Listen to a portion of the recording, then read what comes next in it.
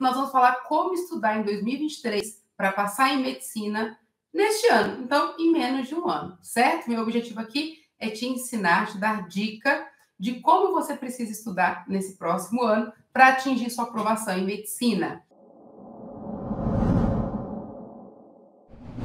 Eu me chamo Débora, sou professora de exatas, uma especialista nos vestibulares de medicina, e o meu objetivo aqui é fazer com que você atinja a sua aprovação. Então, seja muito bem-vindos. Gente, uma coisa muito importante que vocês precisam entender é que se preparar para o vestibular, né, para passar em medicina de verdade, não é um processo de só pegar um livro e começar a resolver exercícios, ou começar a assistir aula. Não é isso, tá? Para eu conseguir aprovação em medicina em menos de um ano, a primeira coisa que eu preciso fazer é um planejamento. Então, a primeira coisa que você, antes de você começar a ver livro, apostila, antes de você marcar o horário que vai estudar, antes de você ver conteúdo, a primeira coisa que você precisa montar para você atingir sua aprovação em medicina em menos de um ano é um planejamento. Débora, mas o que precisa conter neste planejamento? Eu preciso ter no meu planejamento o seguinte: eu preciso definir objetivos, eu preciso criar metas, eu preciso atingir essas metas que eu criei para que eu atinja a minha aprovação. Então, olha só, a minha meta maior é aprovação em medicina no final do ano, no meio do ano. Tem alunos que vão prestar vestibular no primeiro semestre. Então, essa é a sua meta maior. Tem alunos que vão prestar o vestibular no final do ano, somente no segundo semestre. Essa é a sua meta maior. Só que se você ficar visando só lá, só na aprovação, a gente não pode esquecer o seguinte: quando a gente vai viajar, o foco da minha viagem não pode ser só o destino final. Eu tenho que passar pelo processo da viagem. Não é assim que funciona, gente? Quando a gente vai fazer um passeio, quando a gente vai viajar, eu tenho que curtir todo o processo. Então, é importante que você entenda isso. Então, quando você vai se preparar para o vestibular, o que você precisa entender é o seguinte: que a sua meta maior é a aprovação. Você nunca vai poder perder isso de vista. Por isso, tudo começa com a sua meta maior. Qual que é a meta maior? Aprovação. Onde?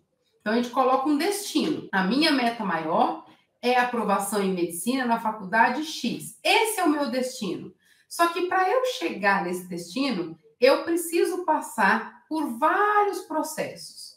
Essas são as minhas metas menores, que eu preciso curtir, que eu preciso viver, e eu não tenho como pular. Gente, não tem como pular essas fases.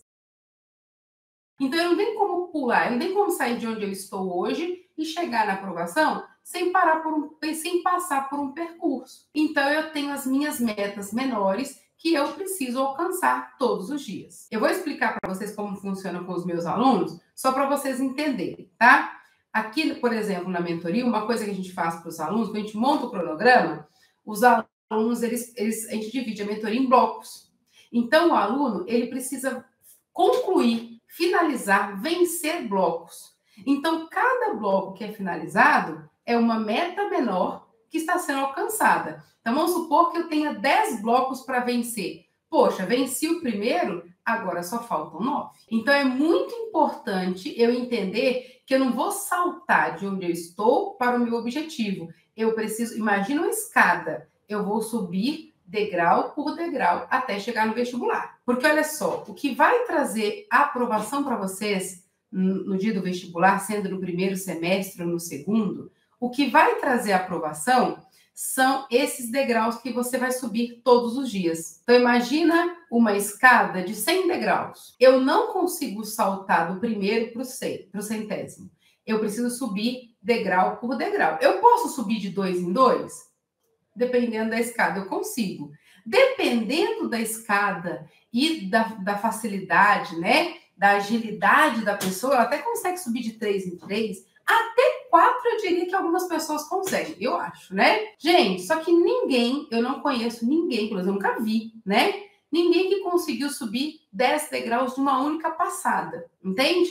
Pensa que a sua preparação para o vestibular é uma escada de 100 degraus. E esses 100 degraus eu preciso subir diariamente. Então, qual que é o meu primeiro degrau? Então, eu tenho 100.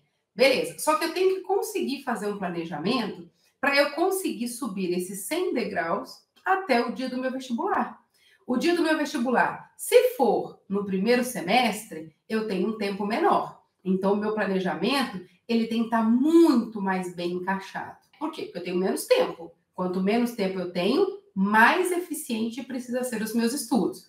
Débora, eu quero o final do ano, mas eu quero a faculdade super concorrida. Tem que estar super encaixado. Por quê? Porque senão não dá. Eu tenho que subir 100 degraus, lembra? Então, eu posso passar um dia sem subir? Tem que pensar o seguinte: se eu passar um dia sem subir um degrau, no dia seguinte eu preciso subir 2. É mais fácil subir um de cada vez. Deu para entender, gente? Está dando para entender a analogia da escada? Então, olha só, qual que é o meu primeiro degrau, Débora? O meu primeiro degrau para conseguir essa aprovação é o meu planejamento, que leva tempo para fazer. Para vocês terem uma ideia, eu monto o cronograma dos meus alunos, né? Então, eu que faço o planejamento para os alunos da mentoria. E eu demoro quase 20 dias para montar o planejamento dos meus alunos. Por quê? Porque tem muitas variáveis para ser analisada. Ponto de partida, perfil, qual a faculdade que ele quer, de acordo com a faculdade, qual o conteúdo que precisa estudar, quais exercícios precisam ser feitos, sequência, dá a impressão, todo mundo pode fazer a mesma lista? Não.